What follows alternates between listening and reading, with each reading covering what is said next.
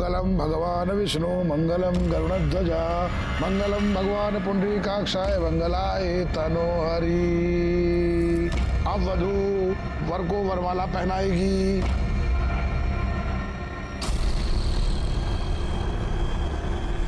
ये लो बेटा। ये क्या हो रहा है? डाल दो बहू, डाल दो, डाल दो, डाल दो।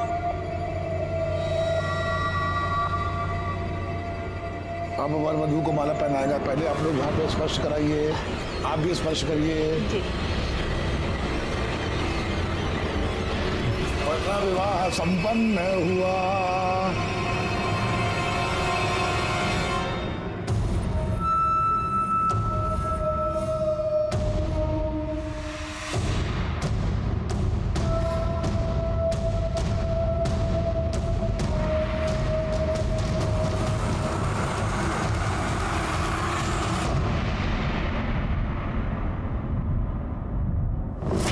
उसके बाद क्या हुआ आपको कुछ याद नहीं है? जब आप सुबह सो के उठी तो आपके बगल में कोई था?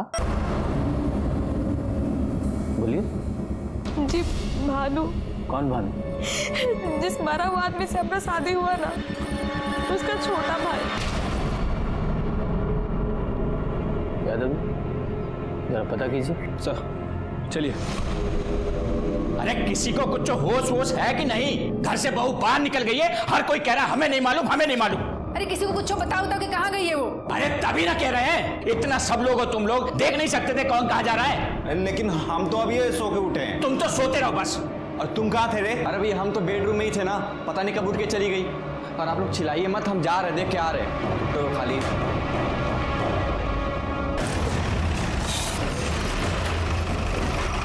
आइए साहब। यही है पापा। पुलिस पुलिस कहा हुआ बहू? दरोगा जी, लड़की बोल रही है कि मरा हुआ आदमी से शादी करवाएं आप लोग इसका। मरा हुआ आदमी? इसका तो दिमाग खराब हो गया है। ये हमारा बेटा है छोटा भानु, इसके साथ ब्याह हुआ इसका। ए जाओ एल्बम लेके आ जरा। हाँ भी लाते हैं। देखिए जब आप एल्बम देखिएगा आपको सब पता चल जाएगा। अरे बारात गई, विधि विधान से शादी हुआ, अब कैसे समझाएं हम आपको? अरे लाओ। ला रहे हैं। साहब ले लीजिए।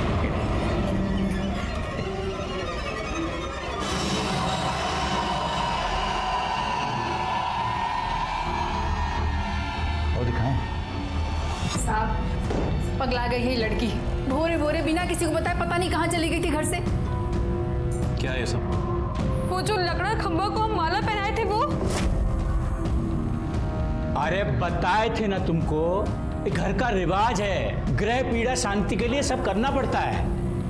हाँ सर, पापा सही कह रहे बिल्कुल। इसकी शादी हमारे साथ ही हुई है। ठीक है, संभालिए अपनी बहू को।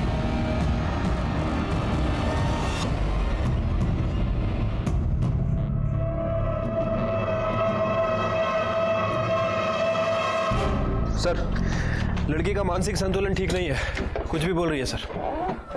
ठीक है।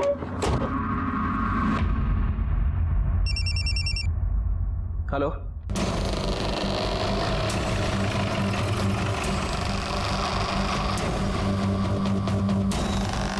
हटिए आप।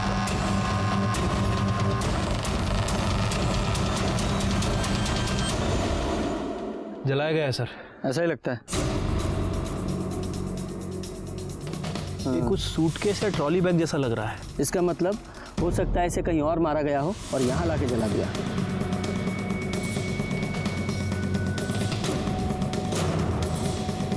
ब्रेसलेट?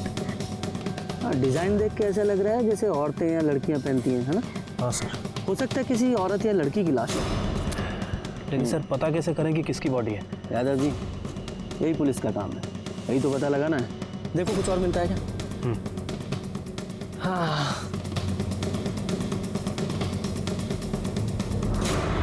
सर फोन मिला है। देखो कोई सिम कार्ड या मेमोरी कार्ड बचा है क्या इसमें? सर रीढ़ की हड्डी टूटी हुई है, मतलब किसी धारदार हथियार से वार किया गया है। और फॉरेंसिक रिपोर्ट के हिसाब से पहले मर्डर हुआ है और उसके बाद बॉडी को जलाया गया है। साहब वो जो बॉडी पे सिम मिला था ये उसकी रिपोर्ट है और आधार कार्ड का कॉपी भी। ठीक है। मधु मिश्रा 23/17 इसकचक Bhagalpur, daughter of Prakash Mishra. Yadav ji sir आइए।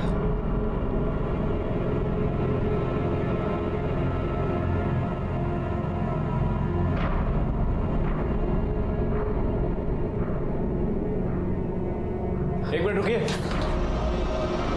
देखिए सिर्फ कंकाल ही बचा है और बॉडी का पहचान सिम कार्ड से हुआ है। इसे पहचानते हैं आप दोनों? ये हमें बॉडी के पास मिला है।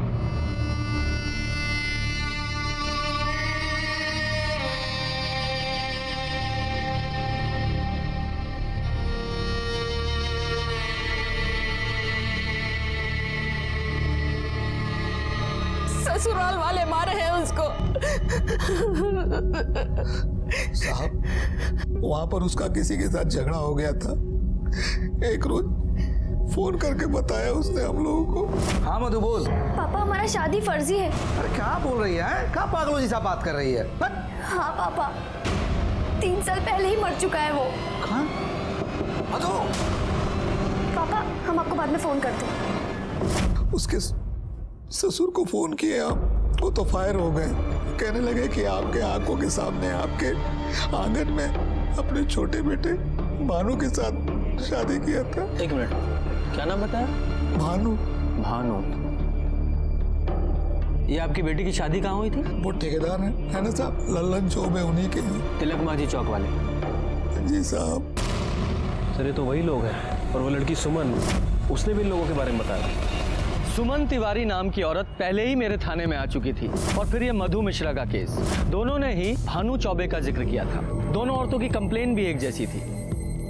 कौन था ये जो एक मरे हुए आदमी से जिंदा लड़कियों की शादी करवा रहा था, और क्यों? और फिर उन दोनों में से एक औरत की हत्या हो गई। और जब उसकी जांच करने हम लल्लन चौबे के घर पहुंचे तो वहां एक अलग ही महाभारत छिड़ गया। आप लोगों ने धोखा किया हमरे साथ। आप लोग पुलिस को बहला सकते हो, हमको नहीं। और तुम कितनों को बेवकूफ बनाए हो? हाँ, चुप कर, नहीं तो अभी हम तुम्हारा। ये तो क्या करेंगे? चुप, बहुत जुबान चलने लगा तुम्हारा। बाबूजी, इलाज करना पड़ेगा इसका। अच्छा, इलाज करेंगे आप हमरा? हाँ, क्या इलाज करेंगे? क्या हो रहा है? ये सब किए हैं। हमारी लड़की इन लोगों के चलते मारी गई और ये मारे हैं उसे। क्या बक रही है तू? हम बकरे हैं, कमीनी, हम तुम्हें छोड़ेंगे नहीं। चांद, क्या हो रहा है? देखिए सर, हम आपको बताते हैं। हाँ हाँ देख लिया। पहले ये बताइए कि किस मरे आदमी से आप लड़कियों की शादी करवा रहे हैं? फालतू का बात है सर, मरे हुए आदमी से किसी का शादी होता है भला? ये जो है मिश्रा जी, इनके बेटी से हमारे बेटे भानु का शादी हुआ है, बस। पर इस भानु की शादी तो सुमन के साथ हुई थी ना? सुमन से पहले इससे शादी हुई थी, मिश्रा जी की बेटी से।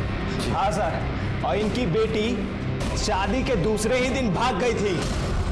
ना ना सर, ऐसा कोनो बात नहीं है, ये एकदम झूठ बोल रहा है। अरे का झूठ बोल रहा है? अरे ये तो बताइए, हमारी बेटी का शादी किसके साथ करवाए? काहे? तुम नहीं थी का मंडप में? हाँ? अरे तुमरे आंगन में तो भानु का शादी करवाए थे और तुमरे घर में आए थे ना बारात सजाते जाके, भूल गई क्या? और तुम्हारे घर से ही बहू को विदा करा के ले गए थे, याद है कुछ की नहीं? वो सब नाटक था, ड्रामा था। सच तो ये है, इन लोगों ने किसी मरे हुए आदमी के साथ हमारी बेटी का ब्याह किया है, उसे टॉर्चर किया है और जलाकर मार डाला उसे। टॉर्चर किया है इन लोगों ने। झूठ बोली ना कर तो मुंह नोच लेंगे। शांत,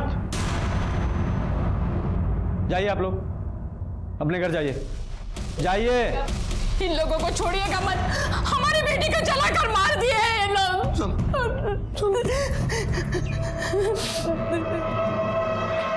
यादव जी चलिए।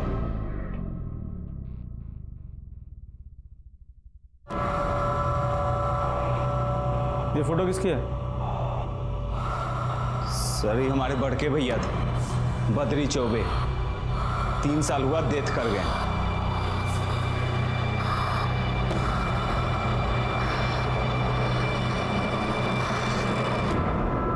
यादव, ये मधु शादी के एक दिन बाद ही अपनी ससुराल से निकल गई, तो फिर गई कहाँ?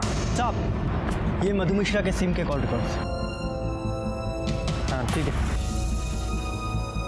दादा जी, कॉल रिकॉर्ड के हिसाब से तो मधु का फ़ोन सुबह 7:23 पे बंद हुआ था, है? मोबाइल लोकेशन के हिसाब से पहले वो तिलक मांझी से पिसक चौक गई, मतलब अपने ससुराल से निकल के अपनी माँ के घर। हाँ, और उसके 20 मिनट बाद नाथनगर, वहाँ उसका फ़ोन 7:23 पे बंद हुआ है। मतलब मधु अपने ससुराल से निकल के अपनी माँ के घर गई, फिर अपनी माँ के घर से निकल के कहीं और चले गए। लेकिन सर मधु के माँ बाप ने हमसे ये बात नहीं बताई थी। मतलब आप जो बोले कि मधु का आपको फ़ोन आया वो सब झूठ था? सर फोन नहीं आया था, वो खुदे आ गई थी शादी के एक दिन बाद। अरे आ रहे हैं भाई, कहा हुआ सुबह सुबह आ गया मधु। अरे कहा हुआ भाई, कहा बना रखा अपना हालत भाई? हाँ ये सब कहा हुआ? अभी तो तेरा ब्याह हुआ और इतनी सुबह तू यहाँ क्या कर रही है और रो कहाँ रही है? कहा बात है, ये सब कहा है? हाँ पापा हमारी शादी फर्जी है। हमारी शादी एक मरे हुए आदमी के साथ हुई है, वो 3 साल पहले ही मर चुका था। अद्री चौबे, भानु का बड़ा भाई। ये क्या बोल रही है तू?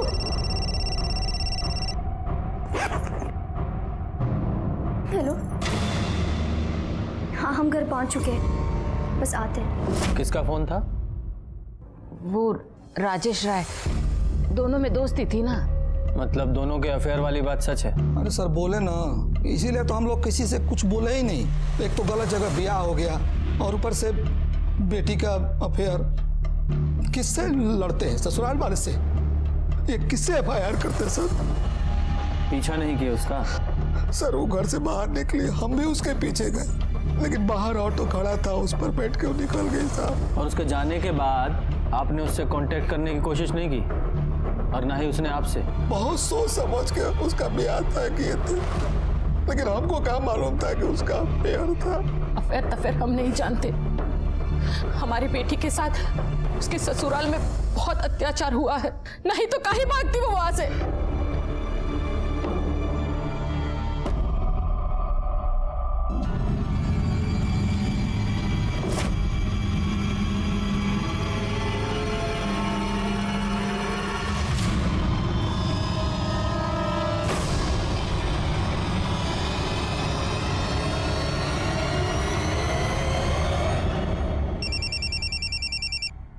हेलो हेलो सर, मैं सिंटू बोल रहा हूँ। राजेश राय का पता चल चुका है। देखो खबर है कि बॉडी मिल गया है। भाग लो बेटा। और हाँ सुनो, पुलिस ने पकड़ा तो हमारा नाम मत लेना। अरे ऐसा कुछ नहीं होगा, तुम फोन रखो अभी। ये राजेश राय कहाँ रहता है? वो है ये रुक।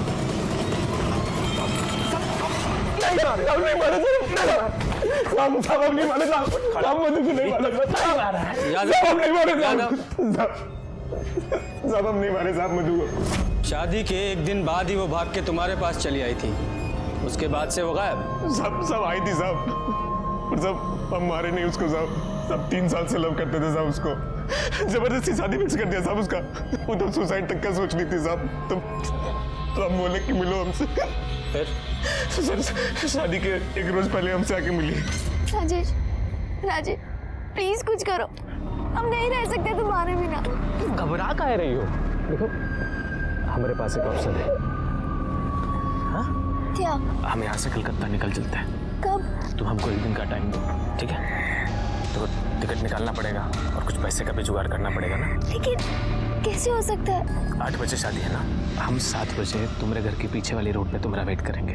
तुम निकल आना, फिर वहाँ से स्टेशन और स्टेशन से कलकत्ता।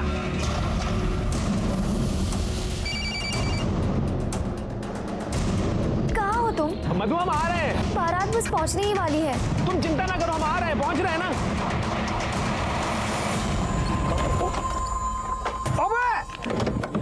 भैया गलती हो गई। कहाँ है?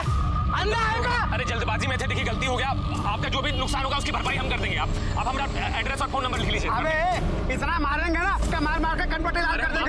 चल 10,000 रुपये निकाल चल। अरे 10,000 किस बात का?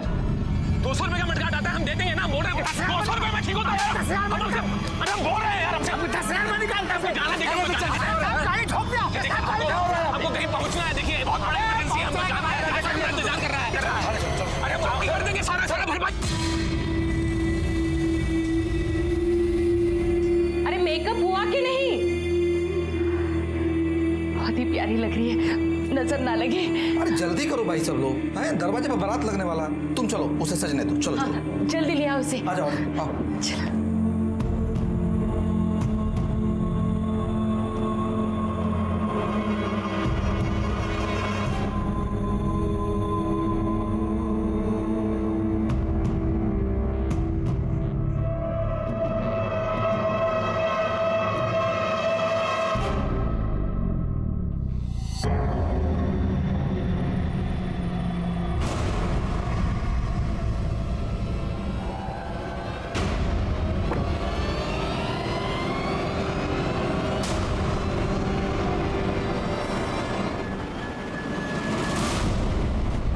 मधु हमसे गलती हो गया। देखो लाइफ ओवर हो गया है हमारा, ओवर। तुमने हमें धोखा दिया और यहाँ भी हमारे साथ धोखा हुआ है। मधु देखो, तुम रो मत मधु। हम है ना, हम सब संभाल लेंगे मधु। हम है ना, हम आ रहे हैं। नहीं अभी नहीं, यहाँ बहुत लोग हैं, तुम्हें मार देंगे। हाँ तो मधु मेरी बात सुनो। देखो वो जो नाथनगर वाला पानी का टंकी है ना, तुम सुबह 6 बजे वहां आ जाना, हम पहुंच जाएंगे। दुल्हन, ओ दुल्हन,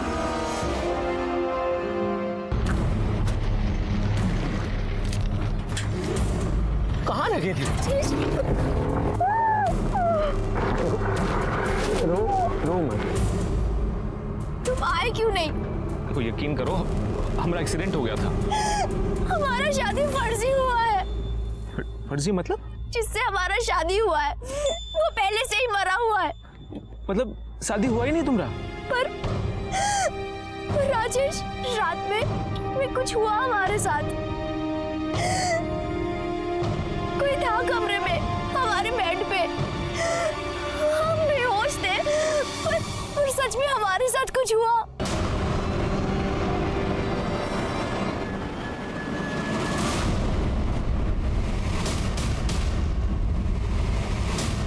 राजेश, तुम लौट जाओ। राजेश क्यों? तुम घर लौट जाओ। राजेश, तुम सामने फोन करेंगे तुम। राजेश तुम मुझसे प्यार करते हो।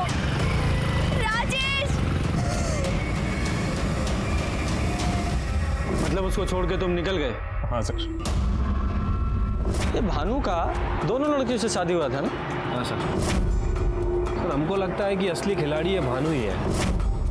वैसे सर ये मधु ने राजेश को अपनी फर्जी शादी के बारे में बताया था, और फर्जी शादी नहीं बल्कि ये भी बताया था कि उसके साथ संबंध भी बनाए गए कोई नशे की दवा देकर। और राजेश के बयान के हिसाब से हमको लग रहा है कि ये चौबे फैमिली कोई ना कोई कांड की है। ये चौबे फैमिली जलेबी खिला रही है हमको। चौबे जी, आपकी दोनों बहुओं ने एक ही बात बताई, फर्जी शादी। साहब उस दिन हम थोड़ा कंफ्यूज हो गए थे। शादी तो हमारी भानु से ही हुई है। हाँ साहब, उस दिन थोड़ा इसका माइंड ऑफ, मतलब मूड ऑफ हो गया था, इसलिए ऐसा बोल रही थी वो। पुलिस से ज़्यादा होशियारी की ना तो यही मूड ऑफ कर देंगे, समझा? और तुम बयान से ही पलट गई? हाँ सर जो बोल रही है सच ही बोल रही है, इसके साथ आप जोर जबरदस्ती नहीं कर सकते। कानून नाम का भी कोई चीज होता है। आवाज नीचे, पुलिस को कानून बताओगे? यादव जी,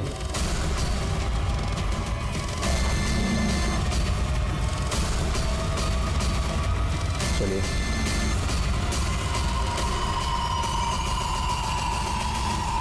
यादव जी, इस भानु के ना कॉल रिकॉर्ड्स निकलवाइए। ये जरूर कोई ना कोई कांड करके बैठा है। अच्छी खासी पोस्ट ऑफिस की नौकरी थी, उसका इंटरव्यू देने नहीं गए तुम? कौन सा भूत सवार हुआ है तुम पे ये बिजनेस करने का? और वैसे भी तुम्हें बिजनेस का कौन सा अनुभव है, बताइए। हम बाद में बात करते हैं तुमसे आके। हाँ, छोटे भाई को बिजनेस का भूत सवार हुआ है। अब तुम ये मत बोलना कि वो सही बोल रहा है। हाँ, क्या लेकर आए? सर आपका शक सही था। जिस दिन मधु का मर्डर हुआ उस दिन भानु की फोन की लोकेशन इशक चक का था। तिलक मांझी से इसक चक, यानी कि भानु लड़की का पीछा कर रहा था। यादव जी, इस भानु को अरेस्ट करो, इससे पहले कुछ और कर दें। ठीक है सर, एक मिनट। हेलो, क्या? एक काम कीजिए, फॉरेंसिक को भेजिए, हम लोग आ रहे हैं। यादव जी, फॉरेंसिक किस लिए? सर वो चौबे जी के घर चलना होगा, तिलक मांझी।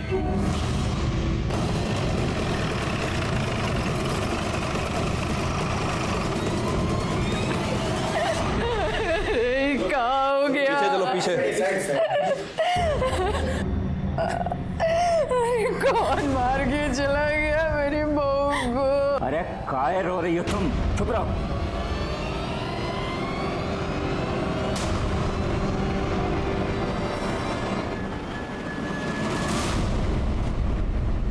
बॉडी सबसे पहले किसने देखी? हमने देखा था, वो यहाँ कोयला लेने आए थे तो दिखे। अरे साहब, घर में थी सुबह एकदम अच्छी खासी थी, पता नहीं यहाँ कहाँ करने आई और कौन मार गया।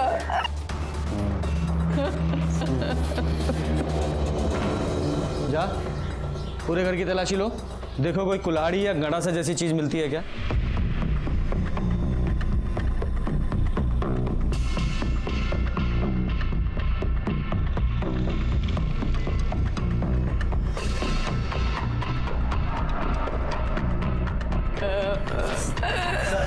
ये मिला है। कहाँ मिला ये? सर पीछे छज्जे पे रखा हुआ था। हाँ, क्या है ये? हम नहीं जानते साहब, हमने किसी को नहीं मारा। और तुम्हारा वो दूसरा बेटा भानु कहाँ है वो?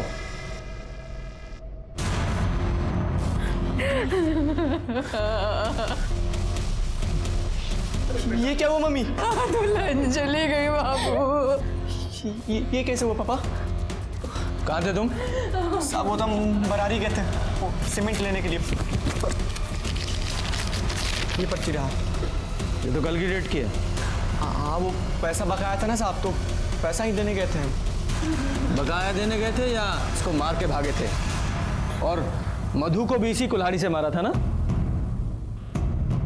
नहीं साहब, हमने किसी को नहीं मारा, और ये तो हमारा है भी नहीं।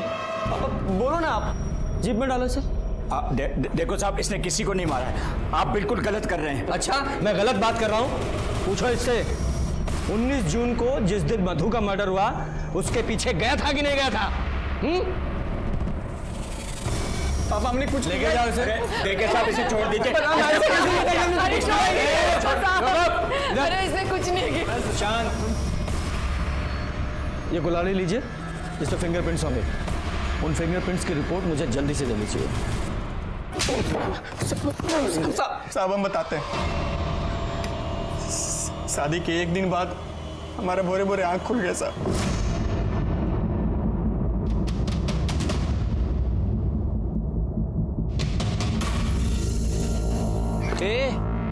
क्या चल रहा है? हाँ, कहाँ भाग गई वहां से? क्यों?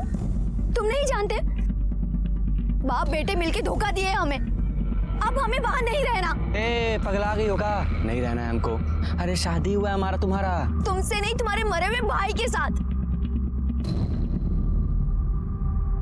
इसका मतलब तुम अपने घर लौट गए और वो अपने घर? हाँ जी सर। इतना खातिरदारी करेंगे ना तबीयत हरा हो जाएगा। सच बोल। साहब हम सच ही बोल रहे हैं साहब, झूठ नहीं बोल रहे। जैसे अभी तक सच बोल रहे थे। दो फर्जी शादी किए और दोनों का मर्डर। सही सही बताओगे कि रिमांड पे लें? अब हमने किसी का मर्डर नहीं किया है। हाँ बाबूजी, ये कहने पे हमने शादी की, फर्जी शादी। मतलब? मधु और सुमन ठीक ही कह रही थी, उसका ब्याह हमारे बड़े भैया से हुआ था साहब। पर वो तो 3 साल पहले ही मर गया था ना? हाँ साहब, 3 साल पहले बद्री पे बीमार पड़ गए थे, तभी उनका डेथ हो गया साहब। उस समय हम लोग का ठेकेदारी का बिजनेस भी सब फेल हो रहा था। अम्मा को एक बार हार्ट अटैक भी आ चुका था। फिर हमारे पुरोहित जी ने बोला, बिन ब्याह मरा है वो। कौन? किसका बात कर रहे हैं पंडित जी? तुम्हारा बेटा बद्री।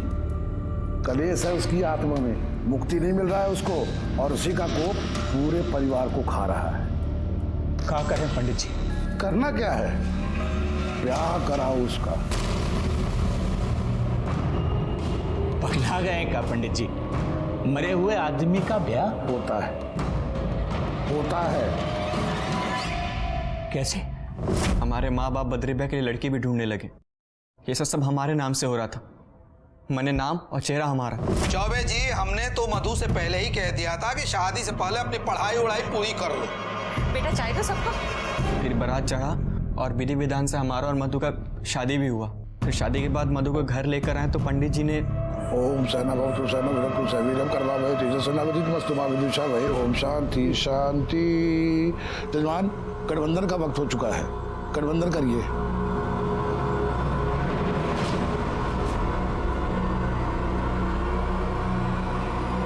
ये सब क्या हो रहा है? अरे कुछ नहीं बेटा, ये हमारे घर की रस्म है। इससे ना ग्रह पीड़ा शांत होती है, इसलिए तुम चिंता नहीं करो। जैसे जैसे पंडित जी बोल रहे हैं ना, वैसे वैसे करो।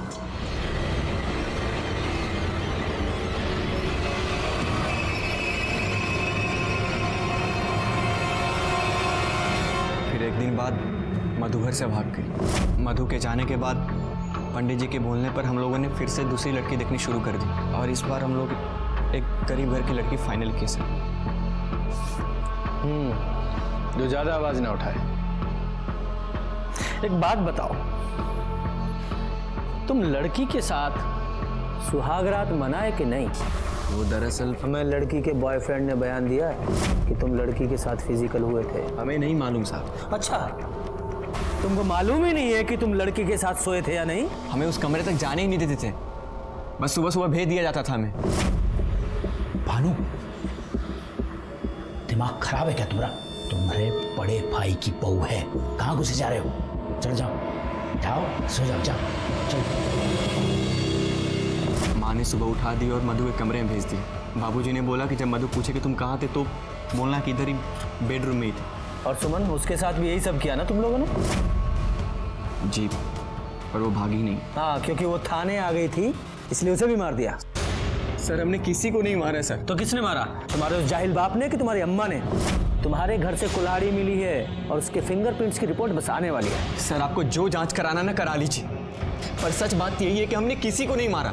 फिर वो फर्जी शादी और वो शादी जो तुम्हारे मरे हुए भाई से हुई थी, वो सब दोनों लड़कियों को कैसे मालूम हुआ? वो हमने ही बता दिया था सर। खेल हो रहा है हमारे साथ। बियाह की बेदी पे हम बैठे हैं और शादी पर कपैया का, जिसको मरे हुए 3 साल हो गया। सारा समझ में नहीं आता कि हम क्या करें। सुनिए, क्या हुआ? आप थोड़ा देर भी बैठकर हमसे बात काहे नहीं करते हैं? अम्मा से जाके पूछो ना, शादी हमारे साथ हुआ क्या तुम्हारा? मतलब ही कि तुम्हारा शादी हमारे साथ नहीं, बड़के भैया के साथ हुआ है।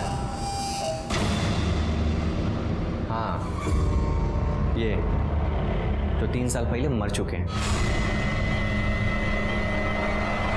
और जब यही बात सुमन ने पुलिस को बताई तो उसे मार दिया तुम लोगों ने? साहब हमने किसी को नहीं मारा, कितनी बार बोले। जा, इसे लॉकअप में डालो।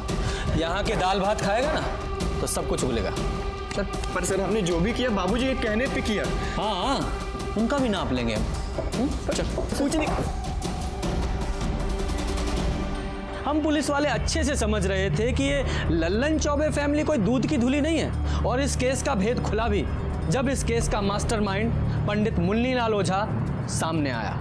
आप ही थे ना जिन्होंने उस मरे हुए लड़के से दोनों लड़कियों की शादी करवाई थी? जी, तंत्र विद्या में होता है। अच्छा, तंत्र विद्या में लड़कियों का शारीरिक शोषण भी होता है? जा,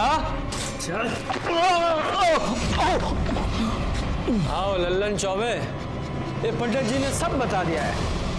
वो लड़कियों का शोषण सब कुछ बता दिया है। पंडित जी ने तो गंडा बांधा था हमको, पहले खुद गए और फिर। अब सुहाग रात का रस्म पूरा होगा। और करेगा कौन?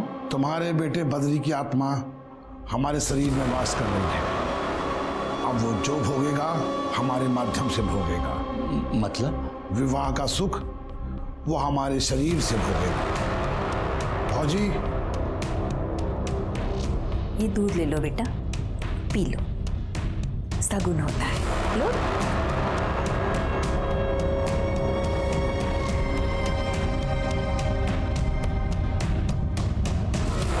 बस नहीं, पूरा पी लो बेटा, सगुन होता है ना, पूरा पी लो।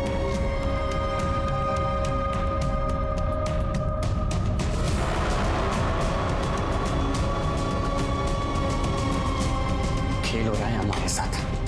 बिया की बेदी पे हम बैठे हैं और शादी पर कपैया का।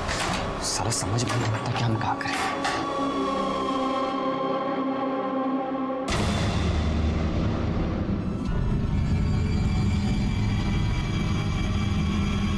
अब आप लोग बाहर जाइए।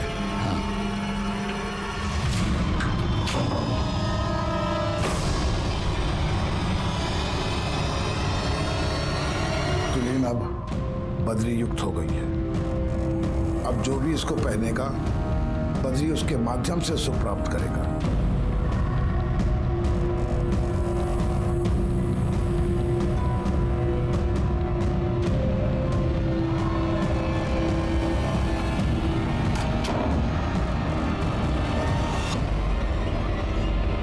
तो और किस किस को गंडा बांधा था? यादव जी जरा बुलवाइए इनसे। नहीं बोलोगे? विकास को तो हम ही दिए थे डंडा। और कौन कौन था? गांव में है 2-4 लोग और भी। और सुमन के साथ भी?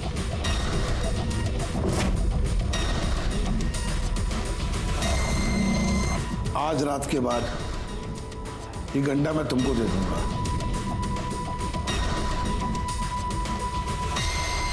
हमने आदमी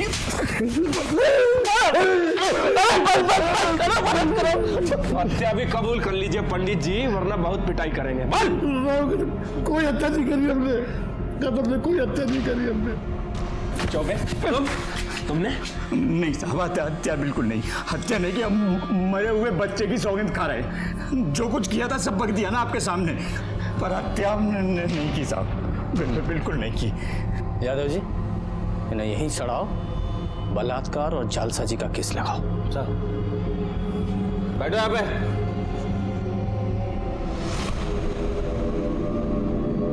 सर कुल्हाड़ी का फॉरेंसिक रिपोर्ट आ गया है, किसी का भी फिंगरप्रिंट नहीं है। यादव जी 2 बातें हो सकती हैं। कातिल ने कुल्हाड़ी से फिंगरप्रिंट्स मिटाए और चौबे परिवार के घर में छुपा दी, जिससे हमारा शक उन पे जाए। या फिर ऐसा भी हो सकता है कि चौबे परिवार ने यह काम किया हो और कुल्हाड़ी अपने यहाँ छुपा दी, जिससे हमें ऐसा लगे कि चौबे परिवार को फंसाया जा रहा है। साहब सर राजेश राय की कॉल डिटेल्स। सर मधु के मर्डर के टाइम इसका मोबाइल वहीं पर था। तो कह रहा था कि तू मधु को छोड़कर चला गया था। पर सर ज्यादा दूर नहीं जा पाए, बहुत सेल्फिश है हम, बहुत कमी है। नहीं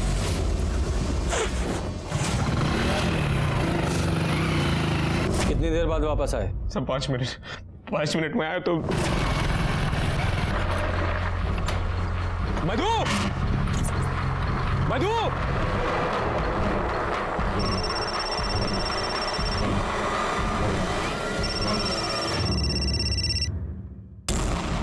मधु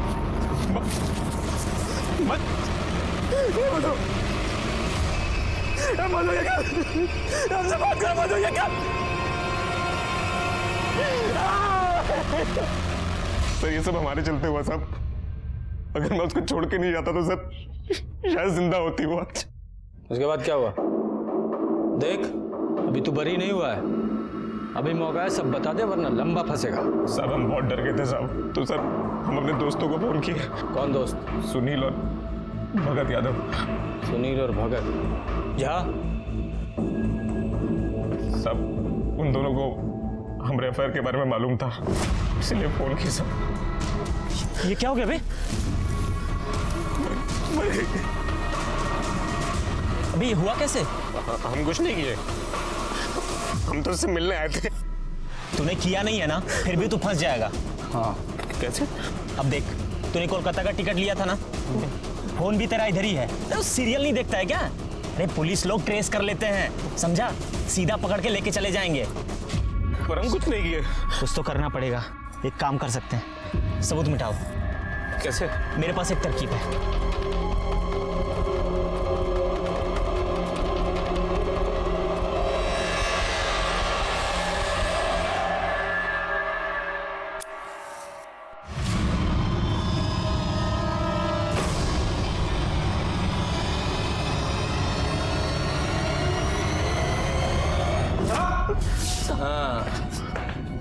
यही है ना तुम्हारे साथ के वो दो महारथी, तुम्हारे दोस्त?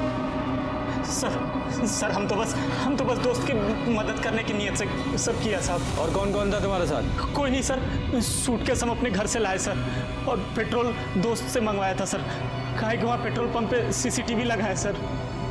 टीवी सीरियल बहुत देखते हो ना तुम लोग, अब असली थाना देखो। अच्छा, टीवी सीरियल में ये एविडेंस मिटाने का मतलब नहीं बताते कि इसका नतीजा क्या होता है? सर हम लोगों ने मधु को नहीं मारा सर, नहीं मारा सर, हमने चुप! एविडेंस मिटाए तुम लोगों ने, और वो अपराध है। क्या प्रूफ है तुम लोगों के पास कि तुम लोगों ने मर्डर नहीं किया? ये तो साबित होना बाकी है अभी। सर इन तीनों की बातों से तो बिल्कुल पता नहीं चला है कि आखिर मधु का मर्डर किसने किया। अरे हमको तो इन तीनों के बयान पे ही विश्वास नहीं है। अरे 5 मिनट के अंदर कैसे कोई किसी को मार के जा सकता है? बहुत मुश्किल है सर। साहब, ये सुमन का पोस्टमार्टम रिपोर्ट। हाँ ठीक है। स्पाइनल कॉर्ड टूटा हुआ है, गहरा जख्म है।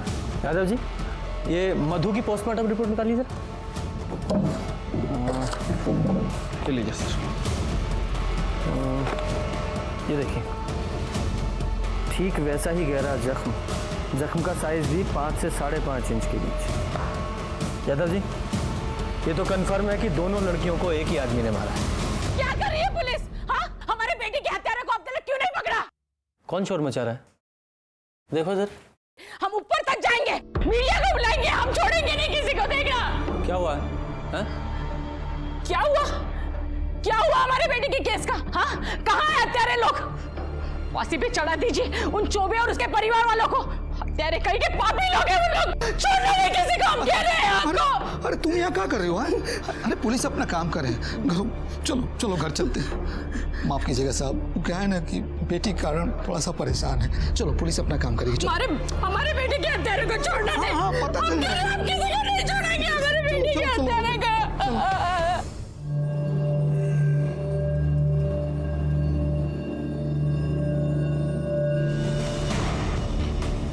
यादव जी, एक काम करो, जिस रोज सुमन की हत्या हुई उस रोज की और उसके आसपास के 2-4 दिन की, इस केस से संबंधित सभी की कॉल रिकॉर्ड्स निकालो। ठीक है सर। कुल्हाड़ी पर किसी की भी उंगलियों के निशान नहीं मिले थे। ऐसा लग रहा था कि सबूत मिटाने की कोशिश की गई है। इस केस से जुड़े सभी लोग किसी और ही पहलू की दस्तक दे रहे थे। दोनों लड़कियां 2 अलग परिवारों से थीं, लेकिन सबूतों को देखने से लग रहा था कि दोनों को मारने वाला कोई एक ही है। पर वो था कौन?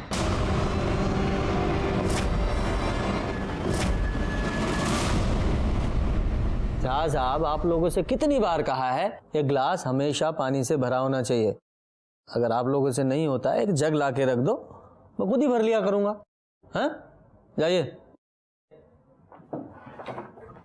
सर, सभी के फ़ोन रिकॉर्ड्स चेक किए, लेकिन किसी के फ़ोन रिकॉर्ड्स में कुछ मिला नहीं है। लेकिन सर, ये प्रकाश के फ़ोन रिकॉर्ड्स में कुछ अजीब दिख रहा है। क्या अजीब है इसमें? सर, वो जिस दिन सुमन का मर्डर हुआ उसी दिन उसी समय तकरीबन 9:15 पर ये प्रकाश के फ़ोन पर इन 6 अलग अलग नंबरों से फ़ोन आया था। हाँ, तो उसकी ट्रैवल एजेंसी है तो फ़ोन तो आएंगे ही। सर, फ़ोन तो आएंगे, लेकिन इन 6 नंबरों में से किसी ने भी प्रकाश से 6 से 7 सेकंड से ज़्यादा बात नहीं की है। मतलब प्रकाश को फ़ोन किया, प्रकाश ने हाय हेलो की और फ़ोन रख दिया। अजीब है सर। हाँ, अजीब तो है। यादव जी, पता करो ये लोग कौन हैं जिन्होंने प्रकाश को कॉल किया और क्यों? उनकी वाइफ उठाई थी फोन, बोले नहा रहे हैं। उनकी वाइफ बोली बीमार हैं, बाद में कीजिएगा। मिसेज मिश्रा से बात हुआ, उस टाइम वो सो रहे थे। मिश्रा जी फोन पे अवे नहीं किए, पूजा पर बैठे थे, फोन वाई ना उठाया। ये बात कौन बोला? और कौन? जिसने फोन उठाया, उनकी वाइफ।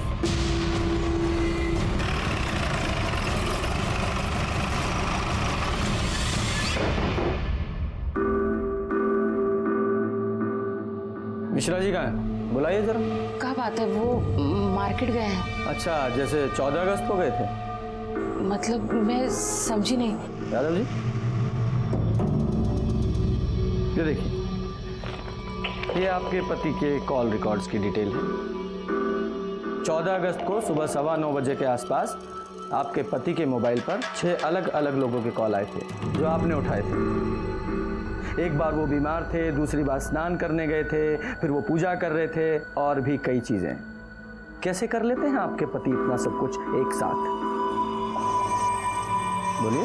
वो हम कह दिए ना, हमें याद नहीं है। अच्छा, तो आपको याद नहीं है तो थाना ले चलते हैं आपको, तब याद आ जाएगा। संगीता, बैठाओ ना जीप में, चलिए आइए। नहीं छोड़िए। अरे चलिए। हमने कुछ नहीं किया। हम क्या हम बताते हैं। हम बोले थे इनको ये सब मत करो। अरे कहाँ जा रही हो? से मिलने जा रहे हैं हम। रुक। मतलब ये हुआ कि अभी ससुराल से भाग के आई है, अब फिर दोबारा मुंह में करिखा पोतने के लिए बाहर जा रही हैं? हमने अपना मुंह काला नहीं किया, आप लोगों ने हमारा मुंह काला किया। आप लोगों की इज्जत बचाने के लिए हमने अपनी खुशी की बलि चढ़ा दी। लेकिन अब बस, अब ना हम किसी के बारे में नहीं सोचेंगे, अब हम अपने बारे में सोचेंगे। मधु, मधु, आप रहने दीजिए, हम बात करते हैं उससे। मधु, अरे चुप रहो तुम, सर पे चढ़ा के रखा है इसको, हैं? पूरे गांव में इज्जत चली जाएगी हमारी। चुप रहो तुम। मधु, दरवाजा खोल मधु। अरे मधु, मेरी बात मत सुन। अरे मेरी बात तो सुन। अरे नहीं रहना हमें। मधु बेटा सुनो तो मेरी बात। मधु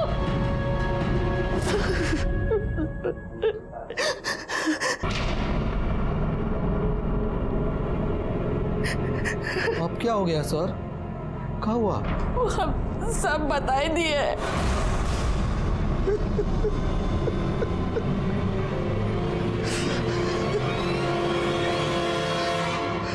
सर हम उस दिन मधु के पीछे गए थे और राजेश, तुम लौट जाओ। राजेश,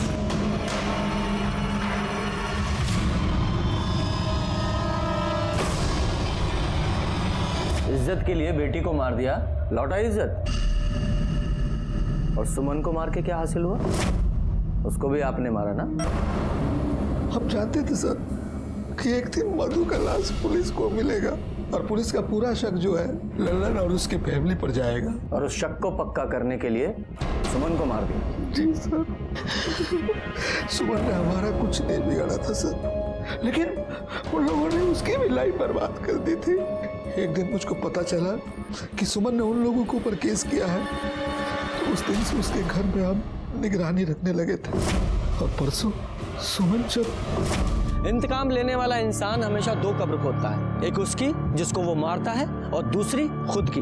हमने प्रकाश मिश्रा उसकी पत्नी को हत्या और आपराधिक षड्यंत्र के मामले में गिरफ्तार किया और साथ ही चौबे परिवार को धोखाधड़ी, बलात्कार और महिला उत्पीड़न के आरोप में गिरफ्तार करके चार्जशीट दाखिल की। मधु मिश्रा के परिवार ने चौबे के मंसूबों को नहीं पहचाना। शादी के एक दिन बाद ही जब बेटी घर वापस आ गई और उसने बताया कि उसकी शादी फर्जी है, तो भी उन्होंने उस दस्तक को नहीं सुना। नतीजा, बेटी हाथ से निकल गई और उधर चौबे परिवार भी दस्तकों के प्रति बहरा बना रहा। कभी कभी इंसान अपने मतलब के लिए अंधविश्वास पर भी विश्वास करने लगता है, जरूरत से ज्यादा उससे उम्मीद बिना उसके अंजाम को समझे। इसी के साथ मैं सीनियर इंस्पेक्टर रंजीत ठाकुर आपसे विदा लेता हूँ। कल फिर मिलेंगे। सतर्क रहिए और देखते रहिए क्राइम पेट्रोल दस्तक। मकसद बताना नहीं, बचाना है।